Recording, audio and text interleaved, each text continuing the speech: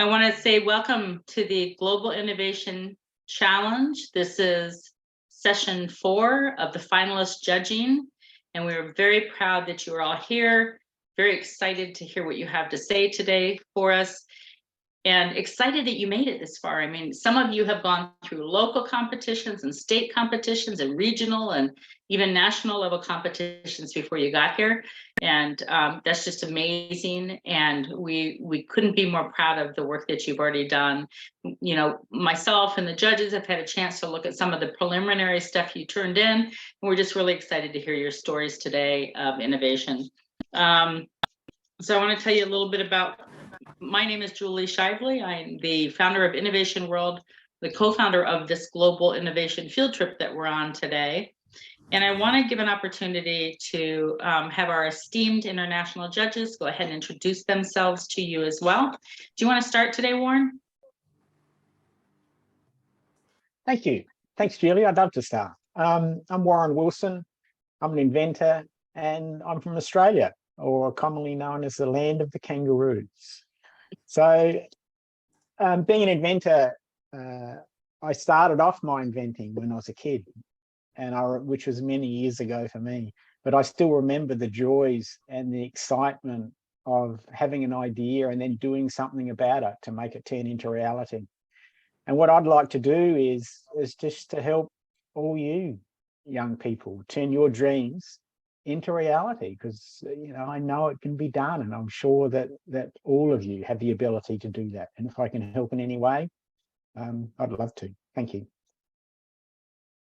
Wonderful. Susie, would you like to introduce yourself? Sure.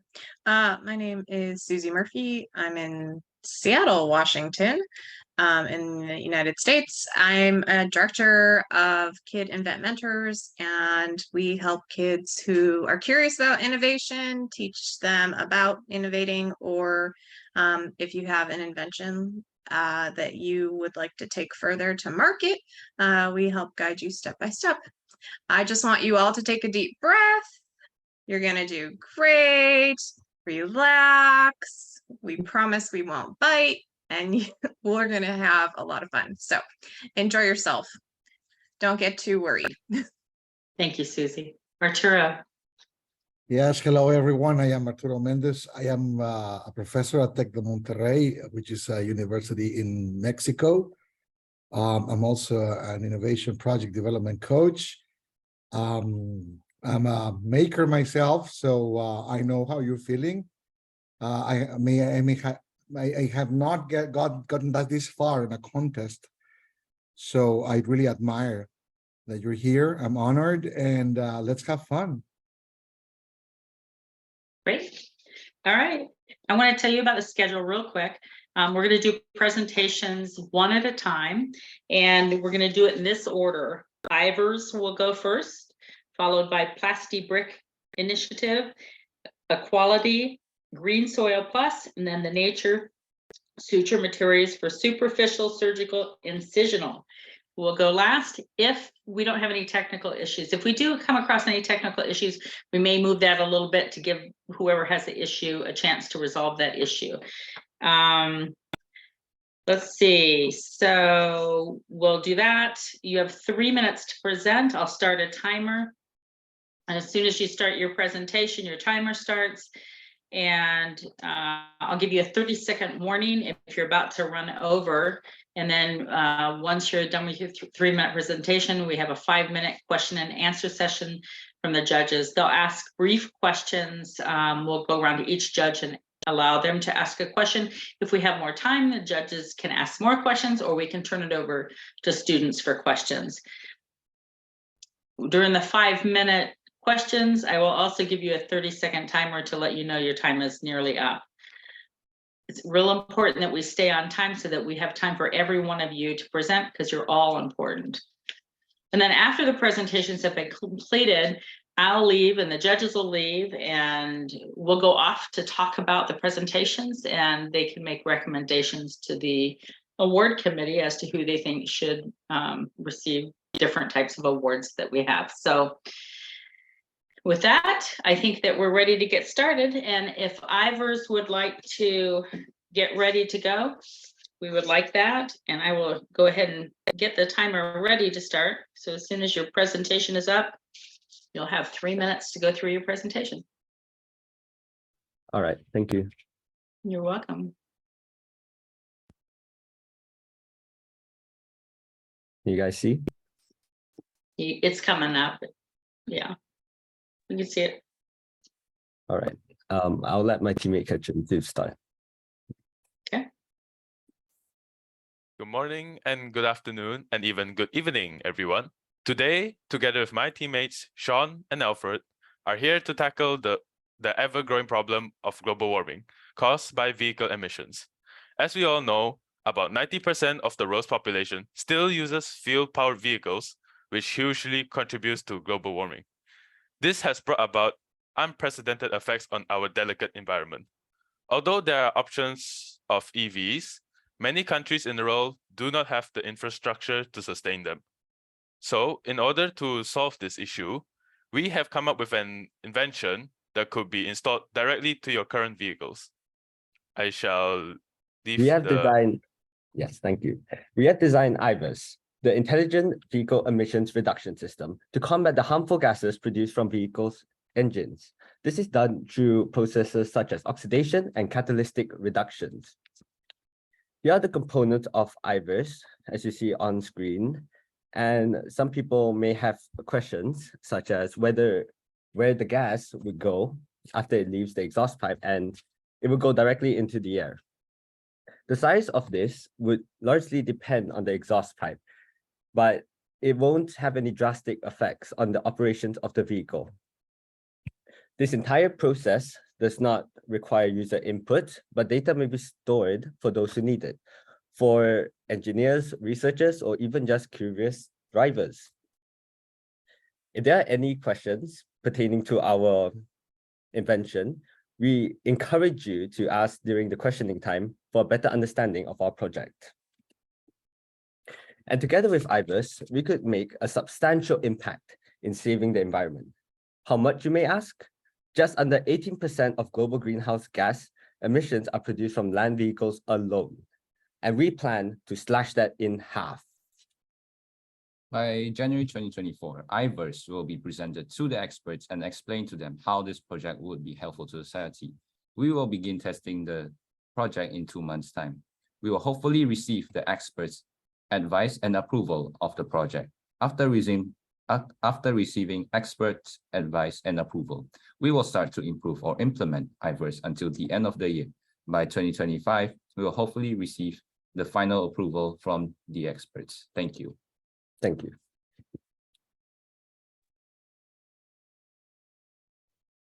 Have you finished your presentation?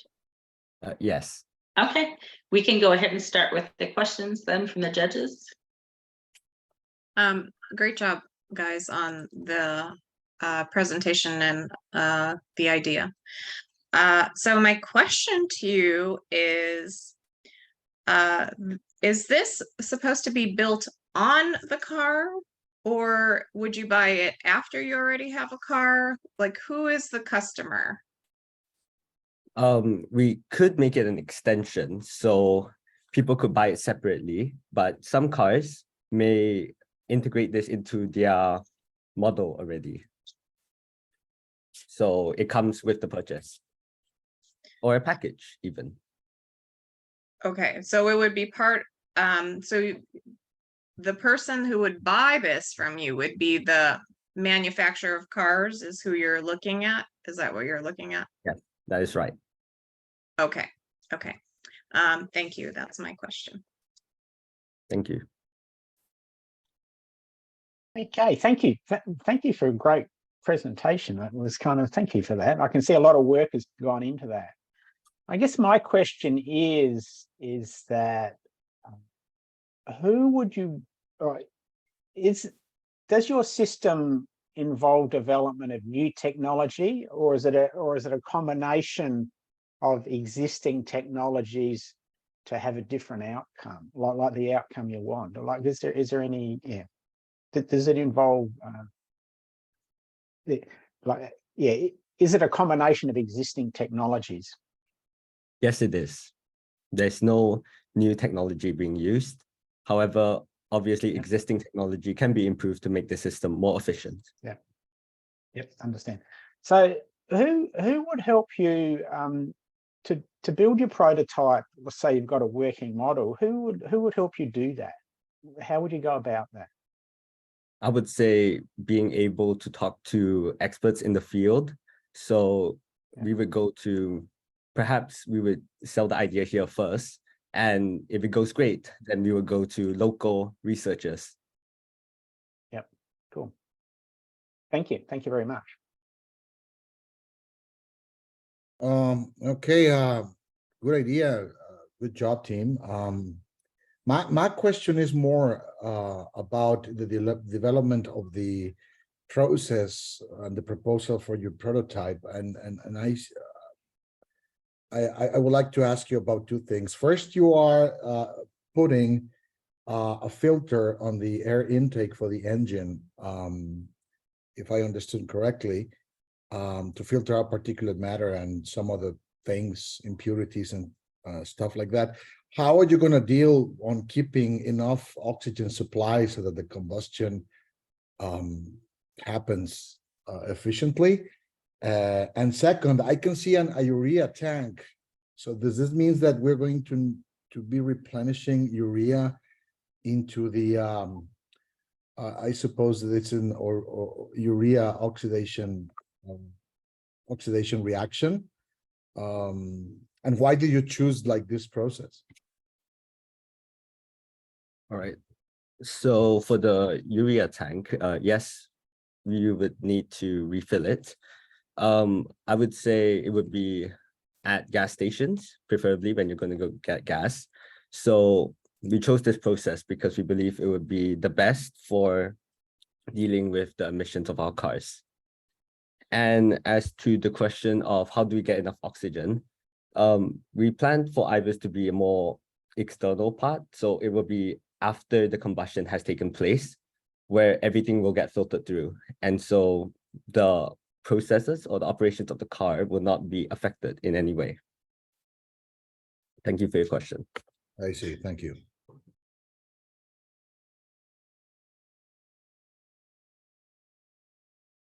Actually, I have one more question. With the urea, I noticed on diesel engines, particularly here in Australia, I'm not sure about overseas as well, but they have what they call an AdBlue here in Australia, which I believe is a urea-based product. Is that similar? Like, is the urea that you're looking at adding to a petrol car similar to the product that they add to diesel engines? I believe so, yes. I believe it will be similar. Cool. Thank you. Any more questions from the judges? We have about 20 seconds left. Yeah, a very quick one. The urea oxidation has like kind of a sluggish thermodynamics and kinetics. What kind of catalyst are you planning to use in order to promote this reaction? We plan to go by selective catalytic reductions. And we're going to be using, I think it's a combination of catalysts. And it's going to convert like nitrogen oxide and that ammonia and oxygen into like nitrogen and water. That'll be the chemical things. Thank you. Thank you. Thank you very much, team. Great presentation. Wonderful product that you're working on. Okay. Thank you. Sure. Next up is Plasti Brick Initiative. And as soon as you start your presentation, I will go ahead and start your timer for 3 minutes.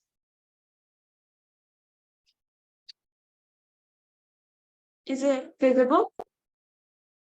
It's getting there. Hold on. Yep, now it is.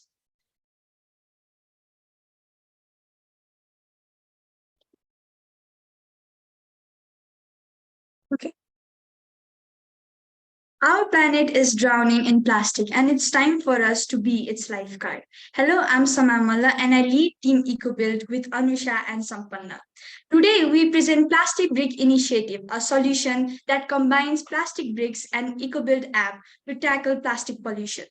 Once hailed as innovation, plastic now silently threatens our environment every year. We use a whopping 5 trillion plastic bags and they hurt our oceans, wildlife, and even us. The environment is suffering, resources are being tainted, and even you might have eaten plastic without realizing it. But there is a solution. Our plastic bricks breathe new life into discarded plastic, making it a resource. We collect plastic, shred it, and mix it with sand and binder materials, obtaining a durable, cheaper, and environmentally responsible result. It is weather resistant, has a variety of applications from building walls to floors. They're easy to transport and offer boundless design possibilities. Yet, the true beauty of plastic brick lies in the impact. Here now is Sampanna Dagal to talk about how the app EcoBuild is here to make the change. Namaste, it's Sampanna, and let's dive right into the introduction of the EcoBuild app. The EcoBuild app is an innovative tool with a range of accessible features. This app empowers individuals to actively contribute to a greener future. We can discover plastic waste collection points effortlessly with GPS, report and contribute to plastic waste segregation, and earn rewards for our eco-friendly efforts. But that's not all. EcoBuild fosters community engagement through forums, virtual events, connecting you with like-minded individuals and organizations. It is partnered with local recycling centers, waste management groups, and construction companies. You can access a comprehensive resource center full of guide, toolkits, and infographics, and enjoy a gamified point system with eco-friendly rewards. EcoBuild is not just an app, it's a key to a greener future and more sustainable world. Now I would like to call Anusha to elaborate more benefits that our initiative invites. Hey everyone, it's me Anisha, and I'm going to explain how plastic brick contributes to a sustainable development goals. Plastic brick is a sustainable innovation that aligns with many of the sustainable development goals. It can be used to build eco-friendly cities and communities, reduce climate change impacts, protect aquatic and terrestrial life, and create economic growth by providing employment opportunities that don't really require any educational background or experience, which will greatly help poverty line families. Plastic brick is not just a product, but a change agent that can help us tackle the plastic pollution problem. By turning waste into wealth, we can start a new era of green construction. We might not be able to bring a stop to plastic production right now, but we can eliminate its effect by our plastic brick initiative. Our main motto is to protect the environment from plastic pollution. As we are not selling a product, we are making a change. Thank you. Good job. Okay. I didn't give any directions to you judges this time, so you'll just have to jump in. Thank you for, again, a wonderful presentation. Thank you. And I love the concept of what you're doing to recycle plastic. I guess my question is, have you done any, do you have any prototypes, or have you done any, like, do you have any test bricks that you've tried out to see if, to see what works and what doesn't? Or if you don't have any prototypes or test bricks, do you have any plans to make any? Well, actually, we are in contact with expert physicists and chemists in this field, and we are trying to make this work in real life, as it does work in theory, but we are also having more experiment to build a plastic brick. So it is in our plan. Although it is in our plan, we don't currently have a prototype. Yep, cool. Thank you. Thank you very much.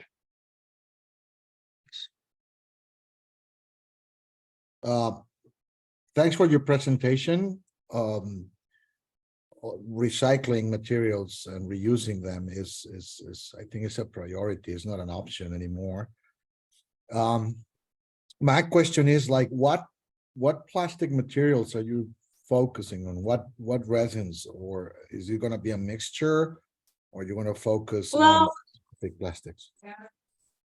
Well, we don't really have a choice to choose any kind of plastic because we are trying to eliminate plastic pollution. So any type of plastic really works for our plastic brick. There's no any certain type of plastic that only works for this. Thanks for the answer. Hi there. Great job on the presentation. There's definitely a need for this. My question is, so does the plastic need to be broken down before it gets mixed?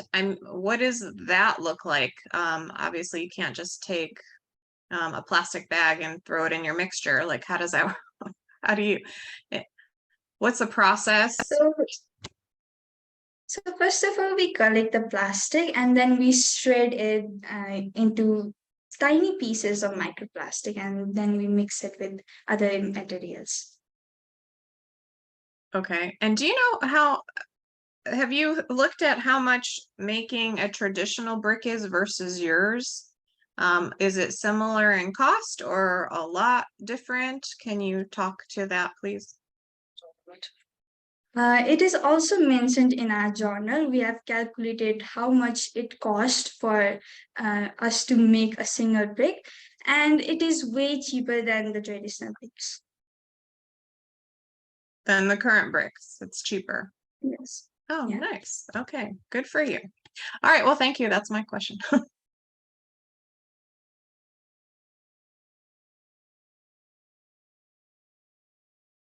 And do any of the other judges have questions? We have about a minute and a half left. I have another question. So, oh, sorry. Go, sure. Oh, thanks. Why do you choose like bricks, and why not slabs or sheets or other form factors that could permit other uses? Well, this is because bricks can be used to build like buildings, and we can also use it on rural areas to build homes, and it can be used for different purposes. Like we can use it to build bridges and home, as it has more variety of multiple application that we can do from brick. I understand. Thank you.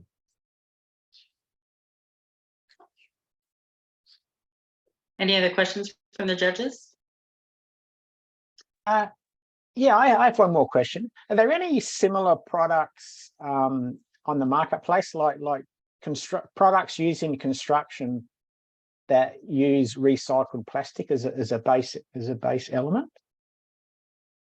Well, we have also found many other bricks that are very similar to us, but the difference is they melt the plastic, which we think is a little dangerous comparing to shredding it. And we have a very different procedure to making plastic brick, and it is also really cheaper than other plastic bricks, as we have compared our price with them.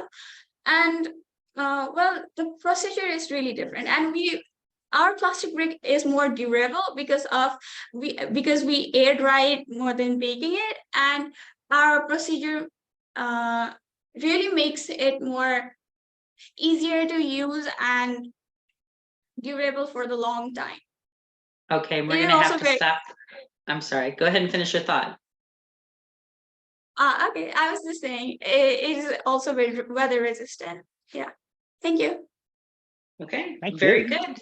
Thank you very much. And we are on to equality. And as soon as your presentation is ready to go, I'll start your timer. Sounds good. All right. Are you able to see my screen? We can. Looks good. Thank you. Okay, picture this. It's a hot, sunny day. You're eager for a refreshing swim at your local lake, but upon arrival, you find it covered with green algae. Now, would you dive in? But I'm sure most would say no. This is one of the many negative effects of harmful algal blooms. I've lived near waters like Lake Erie and seen these algal blooms firsthand, making them undrinkable and unswimmable. Annually, these blooms cost $17 billion in terms of damages. And here's the catch. Monitoring them is a challenge, as each water body is unique and a unique approach to treating algal blooms is required due to differing biological and water quality properties. Well, I'm Srenya Nanthapuntala, the CEO and founder of Equality. And my company provides monitoring, detection, and confident decision-making for algal bloom prevention. As a solution, I designed Equality. It uses an aquatic robot that gathers data, which is tethered to shore in a location that the user chooses it should be in. Now, this robot remains in a fixed position, which is chosen for optimal algae monitoring and is powered with a solar panel. Then this data is sent hourly to a web application. The web app provides data visualization, predictions for future algal bloom risk, and recommends treatment plans. Users can also visit our global database to see other algae Equality collected data on our map tab, where I've connected with sponsors such as the Stroud Water Research Center to democratize on monitoring. Here you can already see 7 other locations I have tested Equality in. Equality is the outcome of years of research and refinements. It's been through iterations, and it's backed by award-winning research with Auburn University and the National Science Foundation.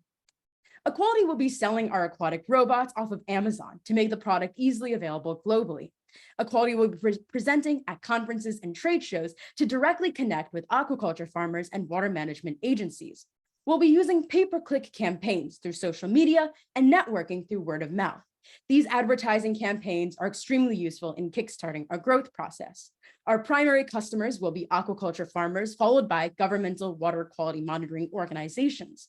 Now, the reason why both of these primary and secondary markets are organizations is we'd like to focus our marketing pursuits on business-to-business orientation that will likely generate the most recurring revenue. Lastly, our tertiary market are property managers. I'm also looking to introduce Equality to high school students for education. 30 seconds. I've connected with 30 potential customers like aquaculture farmers, water managers, and partnerships with top water monitoring companies like Xylem and the Water Environmental Federation helps Equality continue to grow. So what makes Equality stand out? Well, it's cost effective, portable, and offers deep data analysis. It's lightweight at only 2 pounds and 5% the cost of our competitors. Plus, I'm expanding on making monitoring soil and water quality. Thank you for listening, and I'm happy to answer any questions. Good timing. All right, it's open to the judges, whoever would like to start. I have a question.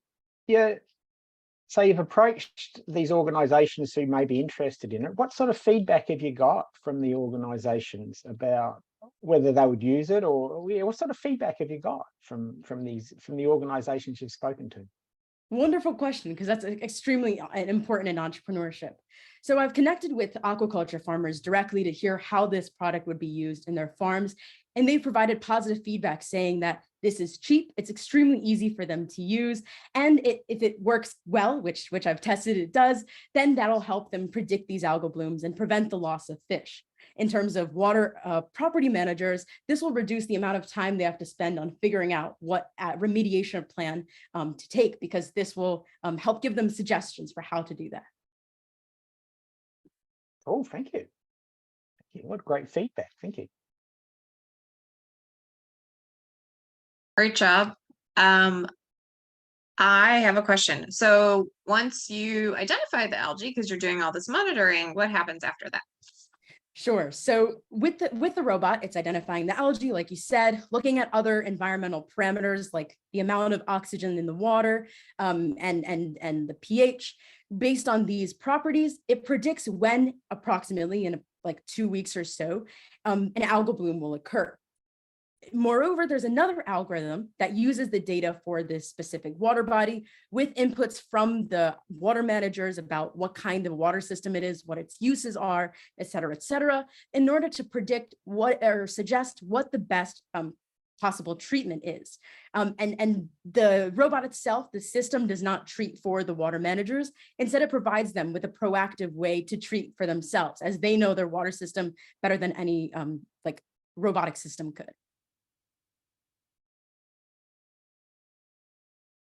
Thanks for your presentation and sharing of ideas. I mean, I understand and I know from your documentation and past presentations that you have gone over several iterations to develop the current prototype. My question is not about that process. My question is, what do you consider to be the most important contribution to you in doing this project? What is that thing that you have learned, and what ideas does it trigger? Absolutely. So the most impactful or contributional thing that I've learned while doing this project is, in fact, the process of speaking to the customers and getting feedback on what they would like to have improved. For example, currently this current version of the prototype is kind of ugly looking, and the customer wants something that's a little more sleek. So taking that into consideration for my future, what I'm working on right now, refining the product, learning that it's extremely important to connect with the customer and understand exactly what they want has been the best contribution. As the only way, as this product is for them and it's to help them. So learning from them is the best way to get what they want. Thank you. Any more questions from the judges? Yeah, I have one more. So to me, the problem seems to be the gathering of the data in an economical way. And that's one of the things that your product solves for the end user.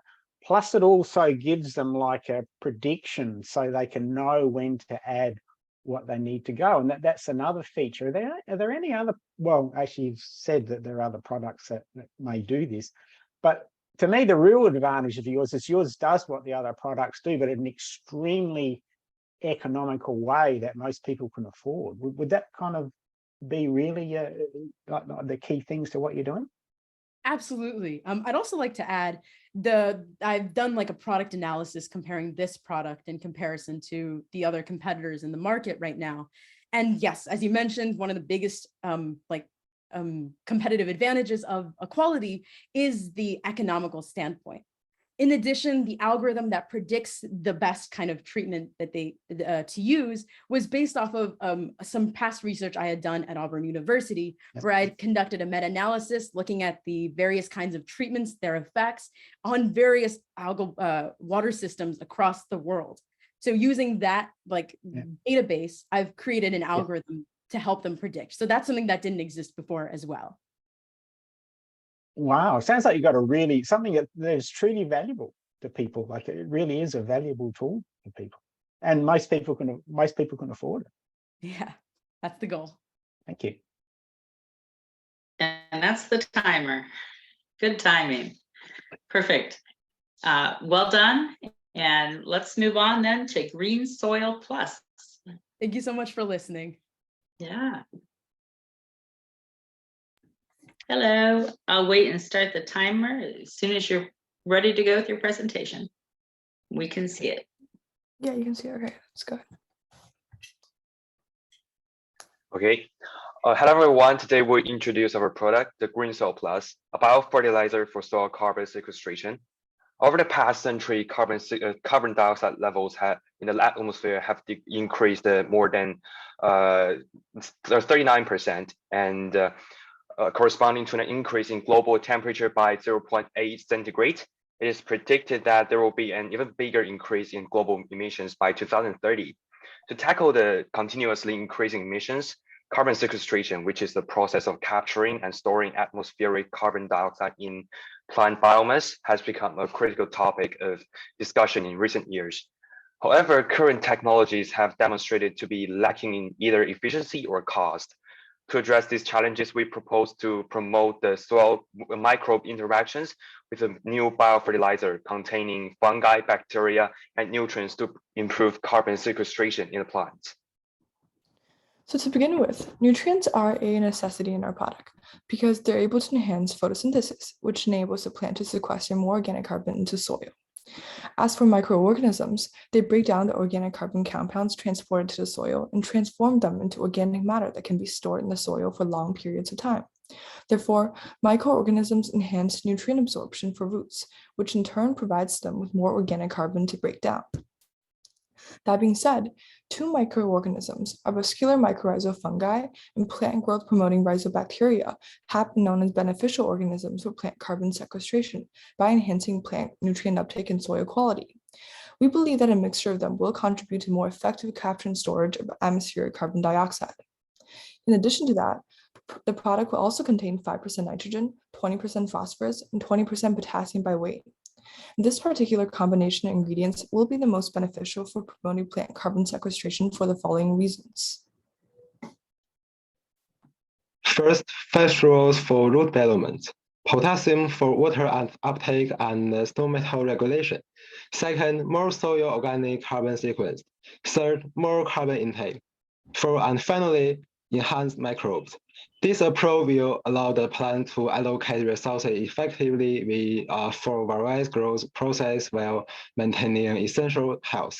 Apart from this, it is also necessary to add a minor amount of chemical compound to the product.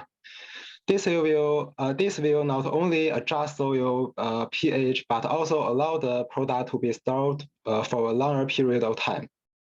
Thank you.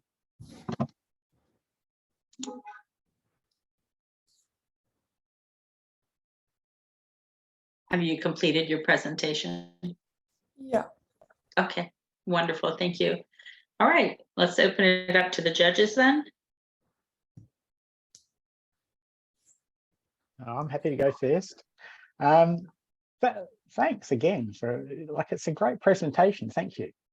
I guess my question is that what sort of research and testing have you done to kind of develop it so you have a product that actually does what you say it's going to do, or to show people, this actually works?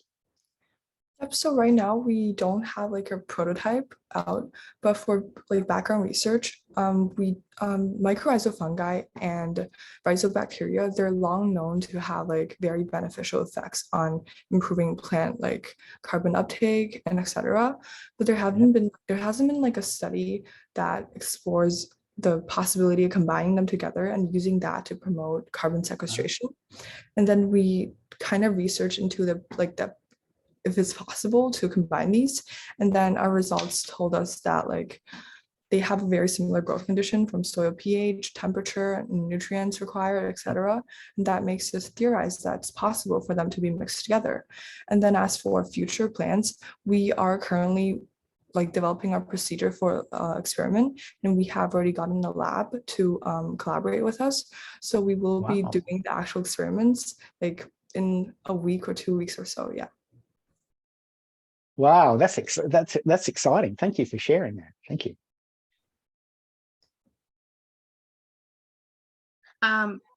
Great job on the presentation. I do have a question. So is there specific plants that this would be for, or any plant? Could you clarify that? Would it be used for trees? Is it just for plants? Where would this be used? Yeah, so the main ingredients, mycorrhizal fungi and rhizobacteria, they are compatible with 80% of all plants, but then for like the other 20%, like they might have some harmful effects. So then based on what we researched, the mixture of these two microorganisms will work on most plants, like as what I just said, like 80%. And we will like indicate the plants that like that you shouldn't apply these on the packaging of the product. Yeah. And are you envisioning this for outdoor plants, like in a forest, or like replanting trees? If you had your perfect plant or tree to use it with, what would that kind of be? Yeah, so we believe that like our fertilizer will like have a maximized benefit when it's used like outdoors or like in community gardens and forests, because when you like use them indoors, like maybe like a single plant, like by improving the carbon sequestration of single plant, there probably wouldn't be a very like visible effect on like capturing the atmospheric carbon dioxide. So once we apply it to like a community garden or like a forest or like a agriculture, then there will be like a actual effect that you can see and like tell for like reducing the carbon and like carbon dioxide in the atmosphere. Okay, thank you. Appreciate that. Thanks for sharing your ideas, guys. Definitely carbon sequestration technologies is a field that we should also prioritize. My question is, this product that you're thinking of has like microorganisms and its own ecosystem. Do you think it is going to have like special conditions to be kept on, or an expiration date, or do you think it can be stored for very long terms without losing its properties? Yep. So for that, we purposely added like some chemical compounds to the product. So this will like basically adjust the soil pH and then sort of structure, and then that will allow the product to be stored for a longer period of time and can be like used on various plants on like living in various conditions.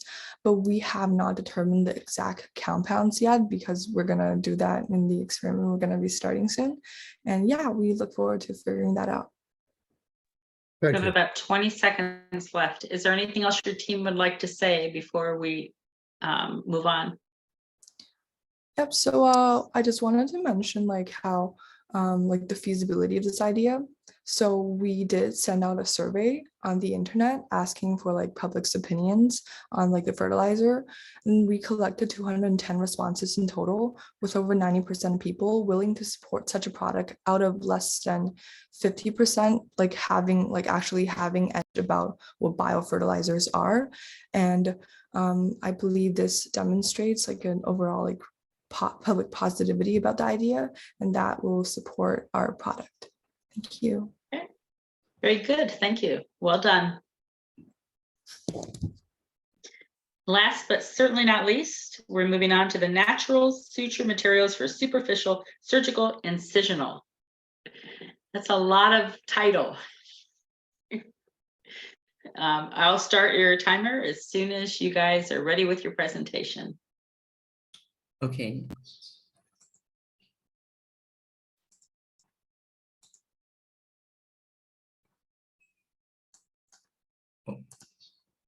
Can you see my screen? We can. Do you want to put it in presenter mode? There you go. Perfect.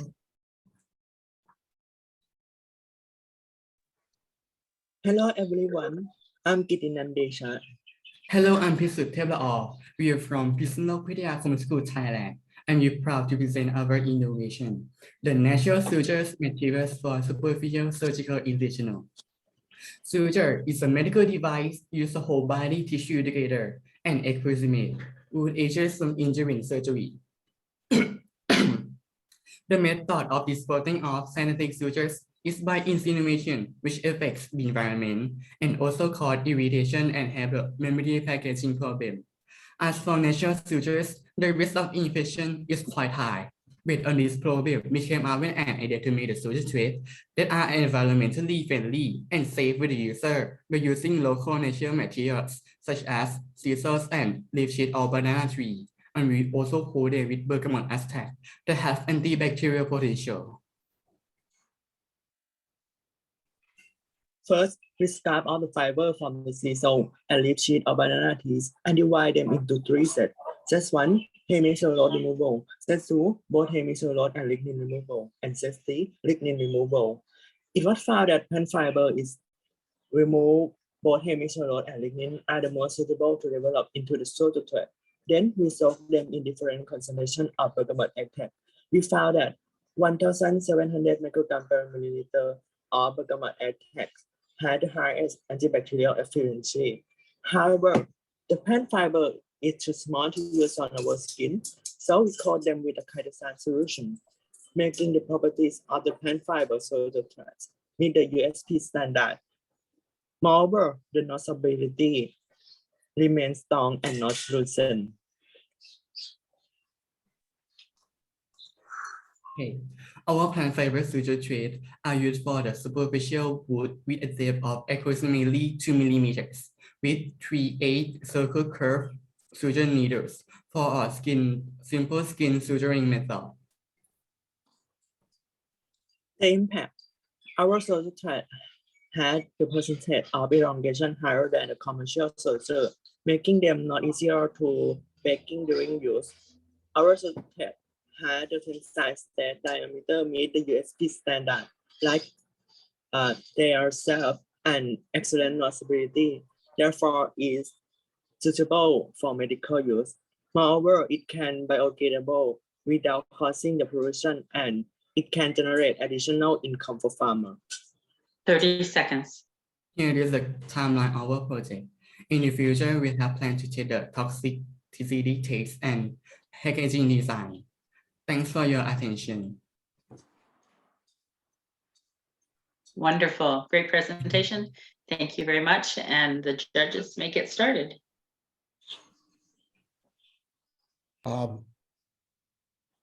Thanks for your presentation. I think it's a great idea. Myself, I found that I'm kind of not take synthetic sutures very good. So one of these options could be a very good solution to many patients like me. So you chose, if I understood correctly, a mixture of sisal fiber with banana fibers. Yes. And then you do a treatment with bergamot extract in ethanol to We give it coat like a the texture. sutures Could you with explain bergamot that? extract. Yeah. Yes. Yeah. So could you explain why do you choose this this particular process and materials? First of all, we choose these fibers because these two plants are easily found in our hometown, especially banana trees. Here in Pittsburgh, a lot of farmers plant a lot of bananas, and I think this will give us a lot of advantage for the cost.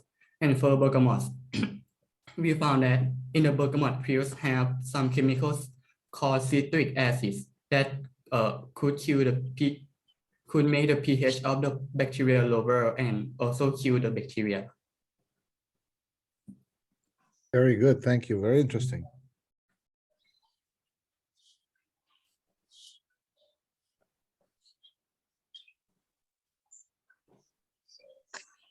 Great job on your presentation. My question is, you said that sutures, so when they're done being used, they're collected in a special container and then they go to incineration? And did you do any research about how much pollution that provides? Like, Yes. We found that there's about 1,750 tons of the years is about this incineration of the medical waste. So that's a lot. okay, great. And is there less skin irritation is what you're thinking with this than the synthetic? Again, please. If sometimes, do you know what an allergy is? Sometimes people's skin doesn't take well, back to what the other judge mentioned. Do you feel that based on your research there would be less skin issues with this? Yes. Because it's natural versus the other? Because the surgical sutures are like it's made from nylon, which is like one kind of plastic, and a lot of people's allergic and have irritation tissues for this. And from the research, we found that the natural sutures can have a less problem on this. And also we have planned to taste about this topic too. Okay, great job. Thank you.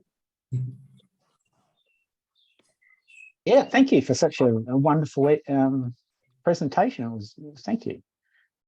The couple of questions I have is that who do you think would sell your product for you? Like how would you get it out into the medical industry?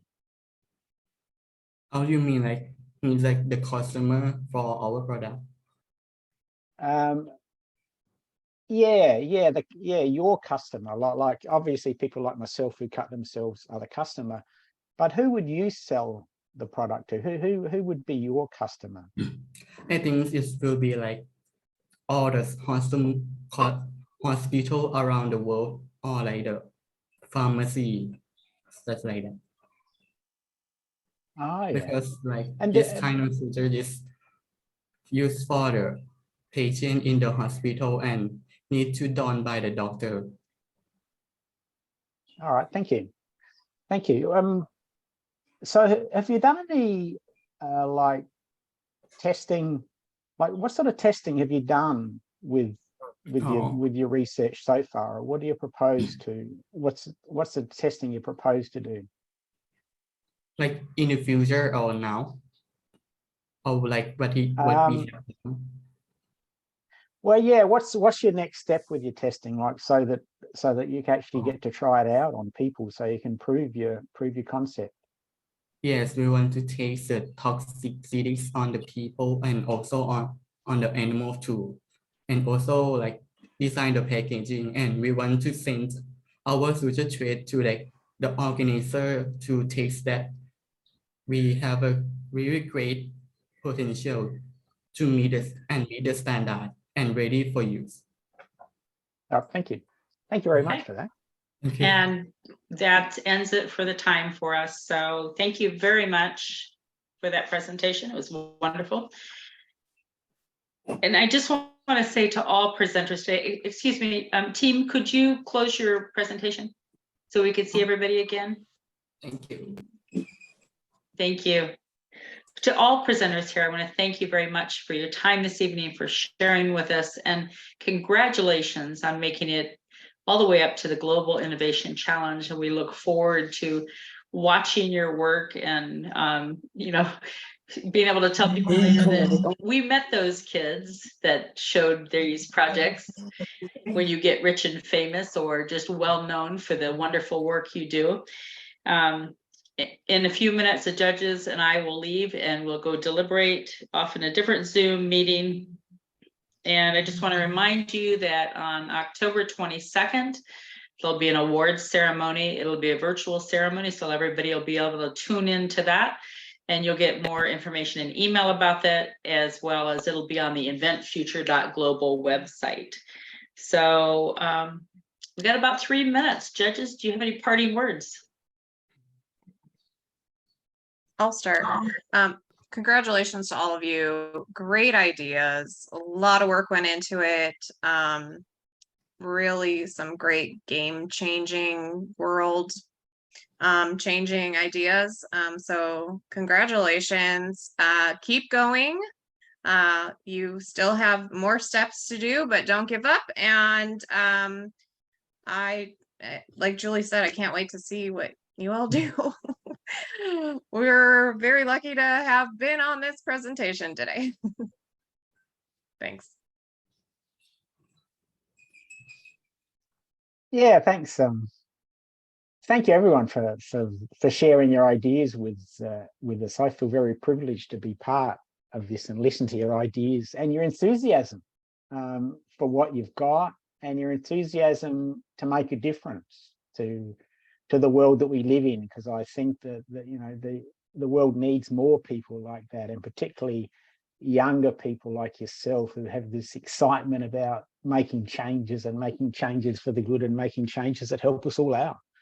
So I just thank you for sharing everything with us, and I'm sure that you know, as you have your successes along the way, you deserve every success that you have. So thank you. Yeah, I want to say that a very common phrase that I've been listening to since I was a kid was like, the future is in the hands of the young ones. And I think that never like before, this is true. And look at your projects. All of them have to do with making the world a better place, or having a better life quality. So I feel confident that with ideas and people like you, this might be true once for all. So thank you.